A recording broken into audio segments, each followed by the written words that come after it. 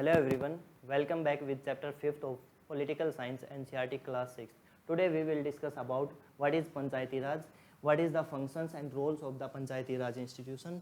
Firstly हम देखेंगे कि पंचायती राज क्या है, व्हाट इज़ पंचायती राज, इसके रोल क्या क्या है, इंडिया में पंचायती राज की ज़रूरत क्यों पड़ी और किस कमेटी के अंडर में जो किस कमेटी की रिकमेंडेशन पे हम पंचायती राज लेके आए, किस अमेंडमेंट एक्ट के अंडर में लेके आए, कब लेके आए और इसके क्या क्या फंक्शंस होते हैं, वे सारी चीज़ें हम चैप्टर 5th में पंचायती राज वाले में देखेंगे। सबसे पहले हम देखते हैं what is Panchayati Raj. Panchayati Raj is the system of local self government of villages in rural India. ये ग्रामीण, बिल्कुल पंचायती राज जो है वो रूरल इंडिया के लिए है। और सिंपली अगर पंचायती राज का हम देखा जाए तो पंचायती राज का मतलब होता है, यहाँ पे क्यों लेके आए, किस वजह से, डिसेंट्रलाइजेशन ऑफ पावर। डिसेंट्रलाइजेशन का मतलब होता है ब्रेकिंग, पावर को तोड़ना। जैसे ये यूनियन है, यहाँ पे यूनियन होगा नेशनल लेवल पे, तो इसके अंडर में पूरी सारी पावर इसी के पास है। तो इस पावर को टायर में तोड़ना, इस पावर को लेवल्स में तोड़ना, तो इस डिसेंट्रलाइजेशन करना इस पावर को, तभी हम पंचायती राज को लेके आए थे। तो यही जो है ना डिसेंट्रलाइजेशन ऑफ द पावर, ये पंचायती राज का ही मेनली कॉन्सेप्ट है।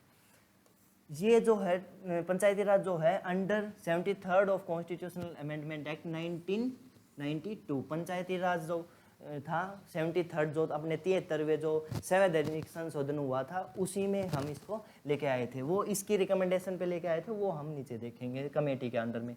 जो हमारा पार्ट 9th है of the Indian constitution is the section of the constitution relating to the panchayat. जो हमारा 9th पार्ट है, part 9th of the Indian constitution, ये हमारा पंचायत के बारे में बताता है, पंचायत के बारे में बताता है। ये डायरेक्टली क्वेश्चंस भी आते हैं। जैसे हमने अगर प्रीवियस ईयर पेपर के लेके चलें तो एसएससी में डायरेक्टली ये क्वेश्चन पूछा गया है कि पंचायत जो है वो किस पार्ट के अंदर में आते हैं, किस कॉन्स्टिट्यूशन के किस पार्ट के अंडर में आते हैं। तो हमारा सिंपल आंसर होगा पार्ट 9th। अभी हम देखेंगे कि पंचायती राज इंस्टीट्यूशन आने से पहले, पंचायती राज इंस्टीट्यूशन को स्टेबलाइज करने में कौन कौन सी कमेटी का क्या क्या योगदान रहा है, सिंपली हम यही देखेंगे। सबसे पहले हम डिस्कस करेंगे बलवंत राय मेहता कमेटी। सबसे पहले ये बलवंत राय मेहता कमेटी है जो 1957 में आई थी। इसमें 3 टायर पंचायती राज सिस्टम की बात की गई थी।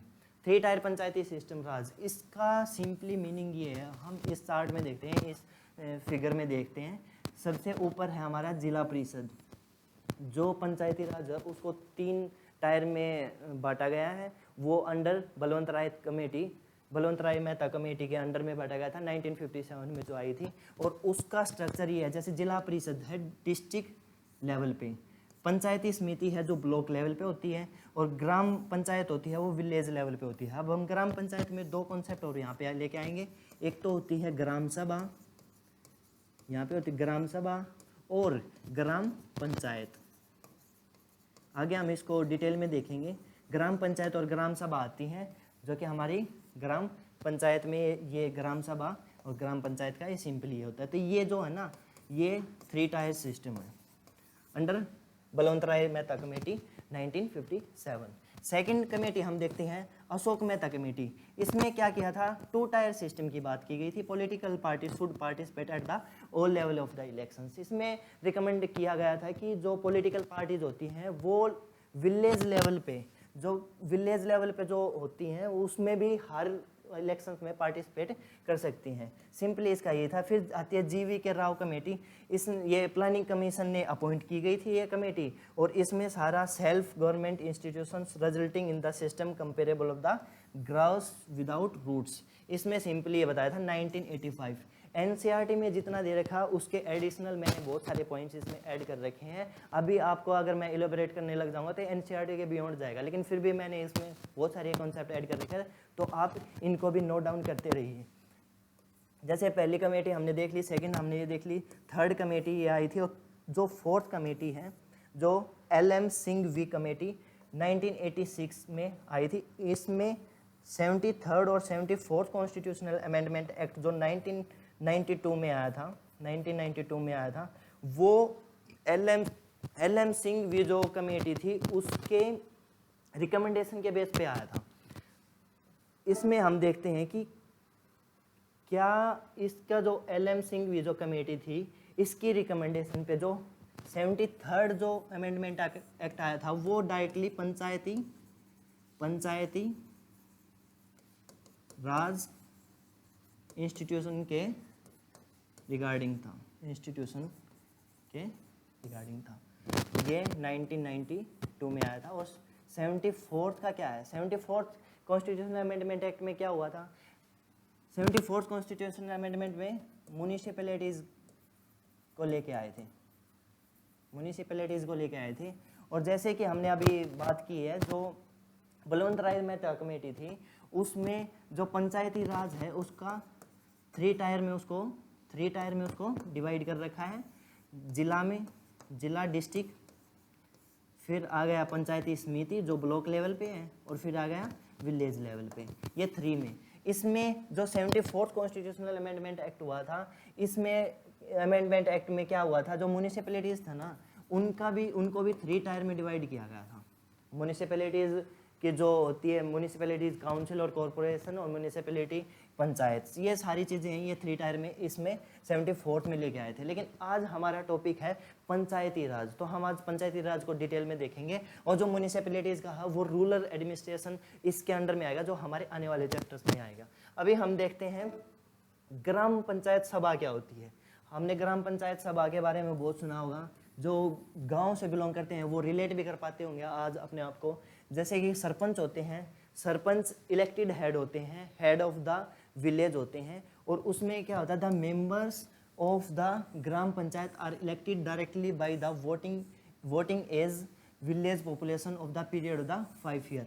हर 5 साल में एक बार पंचायत के इलेक्शंस होते हैं, उसमें सरपंच को चुना जाता है। सरपंच, जैसे ये गांव है, कोई भी XYZ गांव है, ये गांव है, इस गांव का जो हेड होगा, हेड सरपंच होता है, और इसमें इस गांव को वार्ड में बांटा जाता है।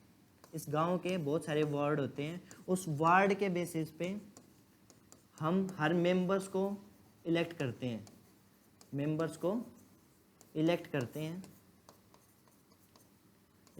हैं, जो कि पंच होते हैं, जिनको हम पंच बोलते हैं। ये ग्राम पंचायत सभा का पार्ट होते हैं। अभी हम देखें ग्राम पंचायत और ग्राम सभा में क्या क्या डिफरेंसेस है। सिंपली हम ये देखेंगे अभी। ग्राम सभा जो है वो एक परमानेंट बॉडी है। जैसे कि ग्राम पंचायत सभा में कौन आते हैं, जो भी एलिजिबल वोटर्स होते हैं ना, जिनका इलेक्टोरल लिस्ट में नाम होता है, वो सारे ग्राम सभा के पार्ट होते हैं, वे सारे मेंबर ग्राम सभा के पार्ट होते हैं। तो अब ऐसा तो है नहीं कि कोई एक गांव है उसमें कोई भी एलिजिबल वोटर नहीं है, हमेशा रहते हैं। 18+ जो एडल्ट मेंबर्स होते हैं तो वे हमेशा रहते हैं, तो वो एक परमानेंट बॉडी में कंसिडर की जाएगी। तो gram sabha is a permanent body. All adult voters 2 meetings held each year. जो ग्राम सभा की जो मीटिंग्स होती है वो साल में 2 मीटिंग हेल्ड करते हैं। अब ग्राम पंचायत की बात आ गई। ग्राम पंचायत एक टेम्परेरी बॉडी है, क्योंकि इसके इलेक्शंस होते हैं एवरी 5 ईयर। ठीक है, इसके इलेक्शंस होते हैं, आज सरपंच कोई है, फिर 5 साल के बाद कोई और होगा, या फिर वो होगा। तो इसमें सारी चीज़ें एक टेम्परेरी बॉडी में कंसिडर की जाएगी। एग्जीक्यूटिव बॉडी है, meeting held by the sarpanch इसमें मीटिंग हेल्ड करते हैं एवरी मंथ, हर महीने इसमें मीटिंग हेल्ड करते हैं। अपने पंच, जो जितने भी मेंबर्स होते हैं, पंच होते हैं, जो इलेक्टेड बाय द पीपल्स होते हैं, उनको बुला के और वहाँ पे एक मीटिंग होती है। अभी हम इसमें थोड़ा सा एडिशनल मैंने इसमें डाल रखा है कि भाई जो ग्राम पंचायत और ग्राम सभा में एक्चुअल में डिफरेंसेस क्या क्या है। सिंपली अगर हम सबसे पहले देखेंगे तो gram sabha consist of every person whose name is registered in voter list of the perspective of village के पर्सपेक्टिव से जिनके भी नाम रजिस्टर्ड वोटिंग लिस्ट में है, वे सारे ग्राम सभा के पार्ट है। कोई भी पर्सन जो कि एडल्ट है और उसका लिस्ट में नाम है, वह सारे ग्राम सभा में कंसिडर किए जाएंगे। ग्राम सभा इसमें अब हम देखेंगे जैसे ग्राम पंचायत का है, gram panchayat is the lower element of the panchayati raj that function at the village level with welfare and development of the village in mind. इसमें लोअर एलिमेंट का क्यों बात की गई है, यहाँ पे ग्राम पंचायत जो है वो लोअर एलिमेंट क्यों कहा गया है, इसलिए कहा गया है जैसे कि यहाँ पे 3 टायर सिस्टम है, यहाँ पे डिस्ट्रिक्ट लेवल पे आ गया, ठीक है, और ये जो है ये ब्लॉक लेवल पे आ गया, और ये है पंचायत जो कि विलेज लेवल पे आ गया। तो ये जो है ना ये सबसे लोअर है, ये जो पार्ट है ये लोअर है, इसी वजह से यहाँ पे lower element of the panchayati Raj of the function, इसीलिए यहाँ पे लोअर एलिमेंट की बात की गई है, ये विलेज लेवल पे हुई है। और ग्राम पंचायत का क्या होता है, मेनली जो वेलफेयर होता है, लोगों का कल्याण के लिए, लोगों के भले के लिए, वो सारे और उनकी ग्रोथ के लिए, जो ग्रोथ और डेवलपमेंट के लिए काम करती है। इसमें ग्राम सभा में अगर देखें, gram sabha is legislative body that operates at village level, takes into accounts annual budgets and audit reports to the gram panchayat. ये जो है ना इसमें बजट होता है, जैसे बजट का, एनुअल बजट का इसमें कंसिडर किया जाएगा, जितने भी टैक्सेस कलेक्शन होती हैं, सारे टैक्स जो कलेक्ट करती है ग्राम सभा, वो सारे ऑडिट करते हैं और रिपोर्ट करते हैं किसको, ग्राम पंचायत को, ताकि ग्राम पंचायत किसके लिए काम कर सके, वेलफेयर और डेवलपमेंट के लिए काम कर सके एट द विलेज लेवल। जैसे कि हमने अभी पहले भी देखा है, ग्राम पंचायत जो है वो एक टेम्परेरी बॉडी है, क्योंकि इलेक्शन से हर साल हर 5 साल में एक बार इलेक्शन होते हैं। As the member of the panchayat are elected for term of the 5 year, it is the permanent body. जैसे अभी हमने बताया कि वोटर्स हमेशा रहते हैं एक विलेज लेवल के ऊपर, तो जो ये ग्राम सभा है वो परमानेंट बॉडी है। सिंपली ये हमने समझ लिया। यहाँ पे इसका देखें, gram panchayat consist of ward member, ward member होते हैं जिनको हम इलेक्टेड मेंबर्स को बोलते हैं पंच, एंड सरपंच, सरपंच होते हैं। Members of the gram panchayat are directly elected by the member of the gram sabha. Member of the gram सभा आर नॉट इलेक्टेड, जो ग्राम सभा के जो मेंबर होते हैं वे इलेक्टेड नहीं होते, वे एडल्ट जो पीपल होते हैं जिनके वोटर लिस्ट में नाम होते हैं, सिंपली ग्राम सभा में वे आते हैं, तो वे जो मेंबर है वे एक तो बात वे इलेक्टेड नहीं होते, लेकिन ग्राम पंचायत के जो मेंबर होते हैं वे इलेक्टेड होते हैं। जैसे पंच और सरपंच ये जो आते हैं ये ग्राम पंचायत के मेंबर होते हैं, और ये सारे इलेक्टेड होते हैं किसके द्वारा, जो ग्राम सभा के द्वारा। ग्राम सभा में सारे एडल्ट पीपल आ गए। Every monthly meeting is organised by the gram panchayat. The function of gram panchayat में बाइफरकेट ओब्लिगेटरी, ओब्लिगेटरी का मतलब होता है मैंडेटरी, अनिवार्य,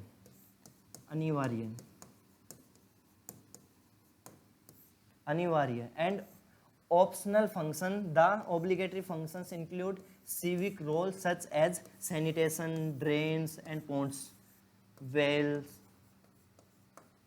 ये सारे वाटर प्रोवाइड कराना, रोड्स, इन सारी चीज़ों को लेके ये ग्राम पंचायत जो है मीटिंग हेल्ड करती है और इन सारी चीज़ें के ऊपर देखती है, सैनिटेशन के ऊपर, वेल्स के ऊपर, वाटर प्रोवाइड के ऊपर, ये सारी चीज़ें आती हैं। अब decision taken by the gram sabha can not be annulled by any other body, इसका मतलब होता है रिजेक्ट। ग्राम सभा के जो डिसीजन होते हैं उनको कोई भी बॉडी रिजेक्ट नहीं कर सकती। The power to do so rest with gram sabha only, जो ये पावर होती है ग्राम सभा की वो ग्राम सभा के पास में होती है।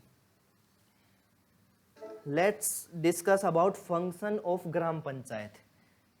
ग्राम पंचायत के फंक्शंस क्या क्या होते हैं। सिंपली ग्राम सभा के ग्राम पंचायत के जो फंक्शन होते हैं, पहला अगर हम देखें टेकिंग केयर ऑफ हेल्थ को देख के, सैनिटेशन सफाई को लेके जो है वो फंक्शन, पहला फंक्शन इसमें आ जाएगा ग्राम पंचायत का। सैनिटेशन का भी लेके चलते हैं वो, और इसका हेल्थ इश्यूज के लिए। सेकंड हम देखते हैं providing pure water for the drinking, जैसे कि हर गांव में एक रिजर्वायर होता है, उसी के बेसिस पे हर घर को पानी दिया जाता है, पानी प्रोवाइड किया जाता है, तो ये सारी चीज़ें। Second providing drainage and street lights, इसमें सीवरेज सिस्टम और नालियाँ बनाई जाती हैं गलियों की, स्ट्रीट लाइट प्रोवाइड कराई जाती हैं।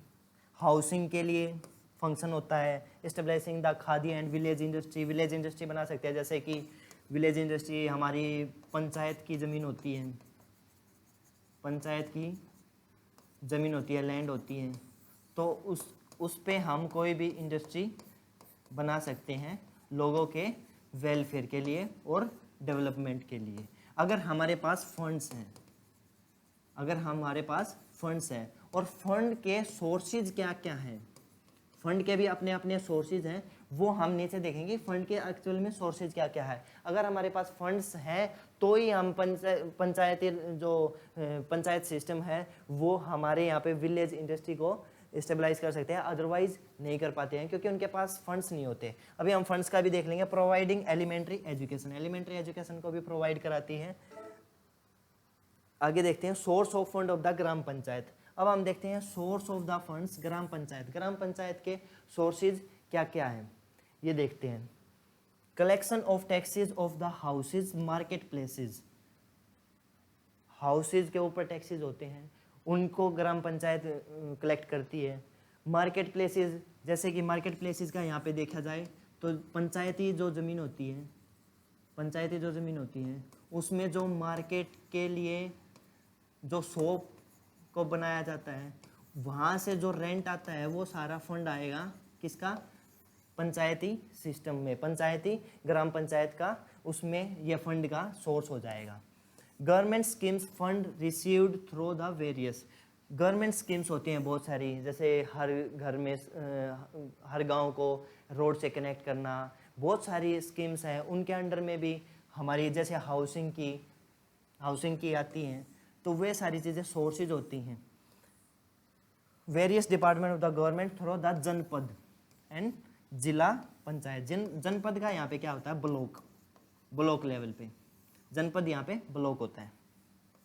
Donation for the community works, donation भी देते हैं, बहुत सारे लोग गाँव में डोनेशन देते हैं। जैसे कि अगर मान के चलो कोई भी एक्स है और ये बिजनेसमैन है, इनका अच्छा खासा बिजनेस है और इसने सोचा कि मैं जो मेरा विलेज है उसके लिए कुछ ग्रोथ या कुछ डेवलपमेंट के लिए कुछ काम करना चाहूँ, तो उसमें क्या होगा, जैसे कि ये सोचेगा कि मुझे गांव में लाइब्रेरी और पार्क बनवाना है, तो इसने क्या किया, मिस्टर एक्स ने क्या किया, यहाँ पे 50 लाख रुपीज़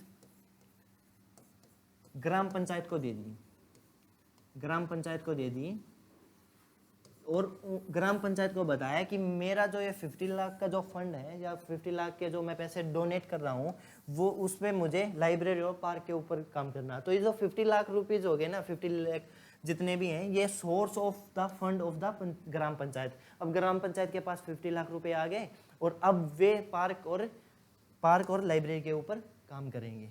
ये सारे चीज़ें सोर्सेज आती हैं इसमें हमारे फंड्स के लिए, जो ग्राम पंचायत के जो फंड्स होते हैं। इसी के साथ हम अपना चैप्टर 5 कंप्लीट कर लेते हैं। थोड़ी सी एडिशनल इन्फॉर्मेशन मैं पंचायती राज के साथ दे देता हूँ। पंचायती राज सबसे पहले राजस्थान के नागौर जिले में, नागौर जो डिस्ट्रिक्ट है उसमें फॉलो की गई थी 1959 में। इसके बाद फर्स्ट नागौर में, इसके बाद आंध्र प्रदेश ने फॉलो किया था पंचायती राज। ये एक बेसिक सी इंफॉर्मेशन है जो कि आपके काम में आएगी सिंपली। अभी हमने ये चैप्टर पंचायती राज देख लिया, इसमें हम थोड़ा सा रिकैप कर लेते हैं। हमने पंचायती राज में क्या देखा, पंचायती राज क्या है, डिसेंट्रलाइजेशन ऑफ द पावर को ब्रेक कर देना at the level of the villages. फिर हमने देखा कमेटी, बलवंत राय मेहता कमेटी, अशोक मेहता कमेटी और ये सारी कमेटी, GV राव कमेटी, ठीक है, LM सिंह भी, जिसमें 73rd और 74th अमेंडमेंट एक्ट लेके आए थे। 73rd जो पंचायती राज के लिए है और 74th जो है म्यूनिसिपैलिटीज़ के लिए है, 1992 में आया था। ये सारी चीज़ें हमने इसमें देखी। इसमें हमने 3 टायर सिस्टम देखा जो जिला और ब्लॉक और विलेज लेवल पे है। फिर हमने देखा कि ग्राम पंचायत सभा क्या है, कि सारे जो एडल्ट मेंबर है, रजिस्टर्ड वोटर, वे ग्राम सभा में आते हैं। Gram panchayat is the temporary body, gram sabha is the permanent body. ये हमने इसमें डिफरेंसेस देख लिए थे। और फिर इसके बाद हमने ये सारे देखा तो इसका फंक्शंस, ग्राम पंचायत के हमने फंक्शंस देखे। फंक्शंस को देखते हुए हमने देखा कि जो सोर्स ऑफ फंड्स है ग्राम पंचायत के वो क्या क्या होते हैं और वो कैसे कैसे अपने सोर्स ऑफ फंड को मैनेज करते हैं और कैसे विलेज के लिए काम करते हैं। सिंपली हमने चैप्टर 5 को कंप्लीट कर लिया है। आप हमारे साथ ऐसे ही बने रहिए, अपने बेसिक्स को कंप्लीट कर लीजिए। और आई होप कि जैसे ही अब मैं ये वीडियो अपलोड करूँगा तो आप ये वीडियो देख के मैं आशा करता हूँ कि आप सभी क्लास 6 की जो NCERT की पॉलिटिकल साइंस की बुक है तो आप उसको उठाएं और अपना चैप्टर 5 को कंप्लीट करें। अगर फिर भी आपके माइंड में या कोई भी डाउट आता है तो आप इस वीडियो के कमेंट में अपना डाउट डाल दीजिए, हम फिर आपका रिप्लाई देते हैं। थैंक यू सो मच, बने रहिए, सीखते रहिए।